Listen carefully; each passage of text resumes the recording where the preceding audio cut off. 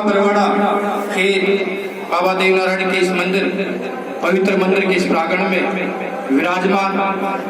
हम सबके लोकप्रिय नेता, पूरे विश्व के पटल के मानचित्र पर इस कौम को वीर बहादुर कौम के रूप में अंकित करने वाले हम सबके लोकप्रिय नेता आदरणीय कर्नल साहब आपके बीच में मौजूद हैं और सभी संघर्ष समिति के वरिष्ठ नेतागण, कैप्टन साहब भगत जी, आदरणीय वकील साहब, भाई सभी युवा साथी, पिंटू जी, एसपी जी, भाई राधा कृष्ण कोसवाल जी और यहाँ पर विराजमान मेले के अंदर सभी मेरे पिता तुल्य बुजुर्ग, पिता तुल्य साथियों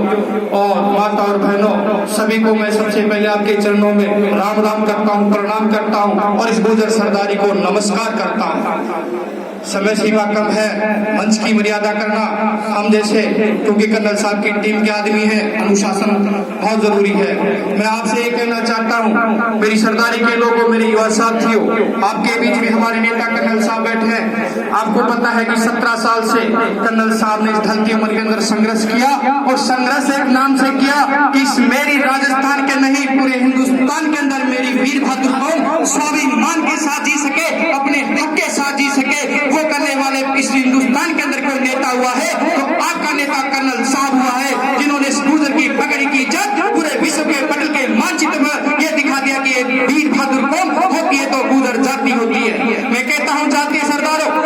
मेरे युवा साथियों और माताओं बहनों, सरकारें आपके बीच में देखी होगी, सब सरकारों ने धोखा दिया और सरकारों ने धोखा दिया और वोट की राजनीति करके इस भोली भाली कौम को जिन लोगों ने मंच के माध्यम से अपनी सत्ता पक्ष की वोट की राजनीति की हो। अरे कर्नल साहब ने तो इस उम्र के अंदर भी एक ही बात कही है दिल की पीड़ा से कि मुझे मेरे समाज का हक चाहिए और समाज के हक के लिए कर्नल साहब ने, जब भी समाज ने कहा तो कर्नल साहब ने कहा कि मेरा समाज जिंदा रहना चाहिए, मेरी समाज की सरदारी बचनी चाहिए, मेरी समाज की पगड़ी का स्वाभिमान बचना चाहिए। ये कर्नल साहब के अंदर आत्मा की आवाज देखी होगी आपकी। मैं ये कहना चाहता हूँ, आपके बीच में बाबा बैठे हैं और कल एक आह्वान कर रहे हैं और इस मंच के माध्यम से मैं कहना चाहता हूँ कि बोलने के लिए सीमा कम, इसलिए कहना चाहता हूँ मेरी जातीय सरदारों, मैं कहना चाहता हूँ आपको कल जो खंडार के अंदर महापंचायत है, आपको इस बात की सौगंध लेनी होगी कि जिस कौम के साथ अन्याय हो रहा है, जिस कौम के साथ छलावा हो रहा है, और एक कर्नल साहब आपके बीच में एक आह्वान करने आए हैं कि इस कौम की पगड़ी को बचाना है और इस समाज के हक को लेना है,